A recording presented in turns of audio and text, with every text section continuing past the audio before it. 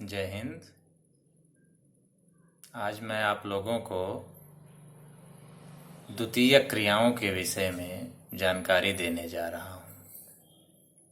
भूगोल में द्वितीयक क्रियाएं उन क्रियाओं को कहा जाता है जिसके अंतर्गत प्रकृति से प्राप्त पदार्थों को परिमार्जित करके, संशोधित करके या विनिर्मित करके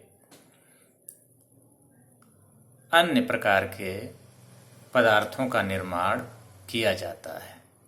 सामान्यतः इसे उद्योग भी कहते हैं। उद्योग में की जाने वाली जो विभिन्न क्रियाएं हैं, उन्हीं क्रियाओं को द्वितीयक क्रियाओं के अंतर्गत सम्मिलित किया जाता है। वर्तमान युग में द्वितीयक क्रियाओं का महत्व बहुत अधिक है। किसी भी देश की अर्थव्यवस्था का निर्धारण इन्हीं द्वितीयक क्रियाओं के स्तर से किया जाता है।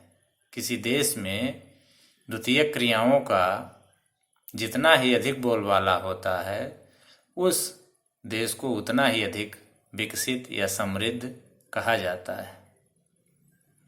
तो द्वितीयक क्रियाओं के अंतर्गत आने वाले उद्योगों को कई प्रकारों में बांटा जाता है। इसको अनेक आधारों पर वर्गीकृत किया जाता है। उनमें से सबसे सरल आधार है इसमें लगी हुई श्रम और पूंजी की मात्रा। इसके आधार पर उद्योगों को 3 वर्गों में बांटा जाता है।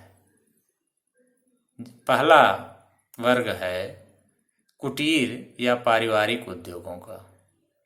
इसके अंतर्गत उन उद्योगों को सम्मिलित किया जाता है जो कोई व्यक्ति अपने ही घर में लगाए रहता है और घर के सदस्य ही उस उद्योग में कार्य करते हैं।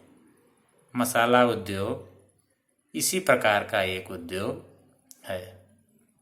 द्वितीयक उद्योगों का दूसरा जो प्रकार है वह लघु उद्योग कहलाता है। इसके अंतर्गत 5 करोड़ तक की पूंजी लगी होती है और 25 से 50 लोग इन उद्योगों में कार्य करते हैं। हथकरघा उद्योग, फूड प्रोसेसिंग उद्योग, खिलौना उद्योग, इसी प्रकार के उद्योग हैं। तीसरा उद्योगों का प्रकार है बृहत उद्योगों का। इसके अंतर्गत वे उद्योग आते हैं जिनमें बड़ी बड़ी मशीनों से उत्पादन होता है और 50 से अधिक मजदूर कार्य करते हैं और 5 करोड़ से अधिक पूंजी लगी होती है। इसके अनेक उदाहरण हैं, जैसे लोहा इस्पात उद्योग, सूती वस्त्र उद्योग, तांबा उद्योग आदि। विभिन्न प्रकार की मोटर गाड़ियां बनाने का उद्योग, जहाजरानी उद्योग, आयुध निर्माण उद्योग, इसी प्रकार के उद्योग के अन्य उदाहरण हैं। औद्योगिक क्रांति के परिणाम स्वरूप इस प्रकार के उद्योगों का विकास हुआ। तो अब आपके समझ में आ गया होगा कि द्वितीयक क्रियाएं क्या होती हैं। आज के वीडियो में इतना ही।